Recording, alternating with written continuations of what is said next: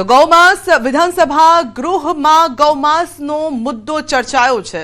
રાજ્ય સરકારના મંત્રી કૌશિક વેકરિયાએ ગૃહમાં માહિતી આપી છે।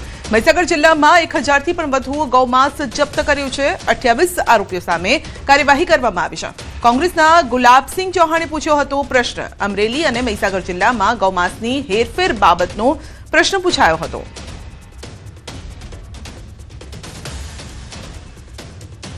તો ગૌમાંસને લઈને પ્રશ્ન પૂછવામાં આવ્યો હતો। મહીસાગર જિલ્લામાં ગૌમાંસની હેરફેર થઈ રહી છે તે પ્રકારના સમાચાર વચ્ચે વહેતા થયા હતા અને તે બાબતે જ આ પ્રશ્ન પૂછાયો હતો। અમરેલી અને મહીસાગરમાં ગૌમાંસને લઈને જે ગૌપ્રેમીઓ છે તેઓમાં પણ રોષ જોવા મળ્યો હતો, જ્યારે આ પ્રકારની હલચલ પણ જોવા મળી હતી। તો કોંગ્રેસના નેતા ગુલાબસિંહ ચૌહાણે પૂછ્યો છે પ્રશ્ન।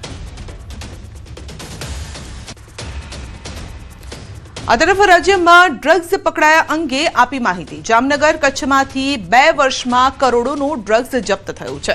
207થી પણ વધુ આરોપીઓ ઝડપાયા છે। જામજોધપુરના ધારાસભ્ય હેમંતભાઈ આહિરના પ્રશ્નના જવાબમાં નાયબ મુખ્યમંત્રીએ વિગત આપી। ગૃહમાં તેઓએ રજૂ કરી હતી। સરકારે ગૃહમાં જણાવ્યું કે ડ્રગ્સ વિરોધી અભિયાન હેઠળ સતત કાર્યવાહી કરવામાં આવી રહી છે અને સરહદીય વિસ્તારોમાં નજરકેદ વધારવામાં આવી છે।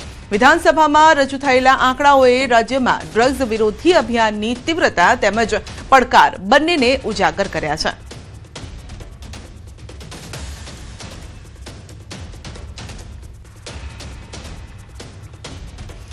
આ તરફ ગોપાલ ઇટાલિયાને વિધાનસભા અધ્યક્ષની ટકોર છે। અધ્યક્ષ શંકર ચૌધરીએ ઇટાલિયાને કહ્યું છે કે આ માર્કેટ નથી। વિધાનસભામાં માર્કેટની જેમ ગમે ત્યારે ઊભું ન થવાય। વિધાનસભા નિયમો પ્રમાણે ચાલે છે, કોઈની મરજી મુજબ નથી ચાલતી। વિધાનસભામાં ડ્રગ્સ મુદ્દે ચાલતી ચર્ચા દરમિયાન અધ્યક્ષે ટકોર કરી છે।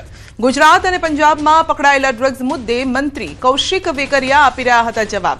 પંજાબની વાત આવતા જ એમએલએ ગોપાલ ઇટાલિયા અધ્યક્ષની મંજૂરી વગર ઊભા થઈને બોલવા લાગ્યા।